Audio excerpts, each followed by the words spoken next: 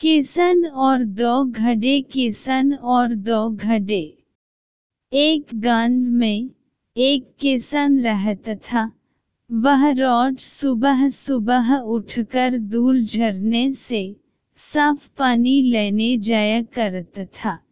इस काम के लिए वह अपने साथ 2 बड़े घड़े ले जाया करता था, जिन्हें वह एक डंडे में बांधकर अपने कंधे पर दोनों तरफ लटक कर लाया करता था। उनमें से एक घड़ा कहीं से थोड़ा सा फूटा था और दूसरा एकदम सही। इसी वजह से रोज घर पहुंचते पहुंचते किसान के पास 1.5 घड़ा ही पानी बच पाता था। ऐसा होना नई बात नहीं थी। इसको 2 साल बीत चुके थे। सही घड़े को इस बात का बहुत घमंड था। उसे लगता था कि वह पूरा का पूरा पानी घर पहुंचता है और उसके अंदर कोई भी कमी नहीं है। वहीं दूसरी तरफ फूटा हुआ घड़ा इस बात से बहुत शर्मिंदा रहता था कि वह आधा पानी ही घर पहुंच पाता है और किसान की मेहनत बेकार चली जाती है। एक दिन की बात है, वह बहुत दुखी और उदास था। जब परेशानी हद से बढ़ गई तो उसने फैसला किया कि वह किसान से माफी मांगेगा। किसान से बोला, मैं बहुत शर्मिंदा हूँ, मैं आपसे माफी मांगना चाहता हूँ।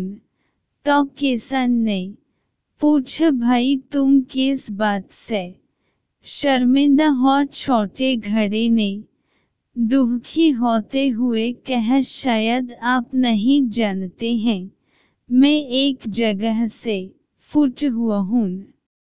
पिछले 2 सालों से मुझे जितना पानी पहुंचाना चाहिए था, मैं सिर्फ उसका आधा ही पहुंच पाया हूँ। मेरे अंदर यह बहुत बड़ी कमी है। इस वजह से आपकी मेहनत बर्बाद होती रही है।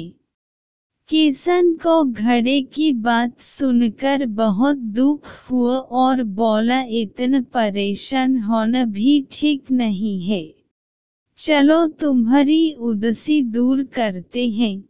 एक काम करना, कल जब तुम रास्ते से लौटो तो अपने टपकते पानी पर दुख करने के बजाय उस रास्ते में खिले हुए फूलों को देखना। कितने खुशबूदार, कितने खूबसूरत, कितने प्यारे, और साथ ही पास में छोटे छोटे पौधे देखना।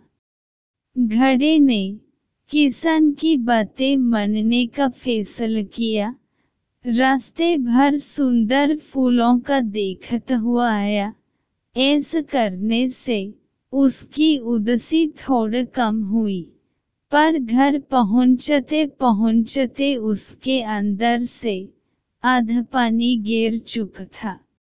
वह फिर से मायूस हो गया और किसान से क्षमा मांगने लगा। किसान बोला, शायद तुमने रास्ते पर ध्यान नहीं दिया। रास्ते में जितने भी फूल थे बस तुम्हारी तरफ ही थे। सही घड़े की तरफ एक भी फूल नहीं थे। जानते हो ऐसा क्यों? क्योंकि मैं हमेशा से तुम्हारे अंदर की कमी को जानता था। मैंने उसका लाभ उठाया। मैंने तुम्हारी तरफ वाले रास्ते पर रंग बिरंगे फूलों के बीज बो दिए थे। तुम थोड़ा थोड़ा करके सिंचते रहे और पूरे रास्ते को इतना खूबसूरत बना दिया। आज तुम्हारी ही वजह से मैं इन फूलों को भगवान को अर्पित कर पाता हूँ, अपना घर सुंदर बन पाता हूँ। तुम ही सोचो, अगर तुम जैसे हो ऐसे न होते तो भला क्या मैं यह सब कुछ कर पाता है। शिक्षा मोरल। दोस्तों, हम सभी के अंदर कोई न कोई कमी होती है, पर यही वो कमियां हैं जो हमें अनोखा बनती हैं, हमें इंसान बनती है।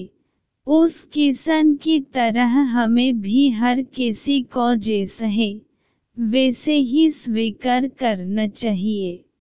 उसकी अच्छाई की तरफ ध्यान देना चाहिए, और जब हम ऐसा करेंगे तो फूटा घड़ा भी अच्छे घड़े से मूल्यवान हो जाएगा। आई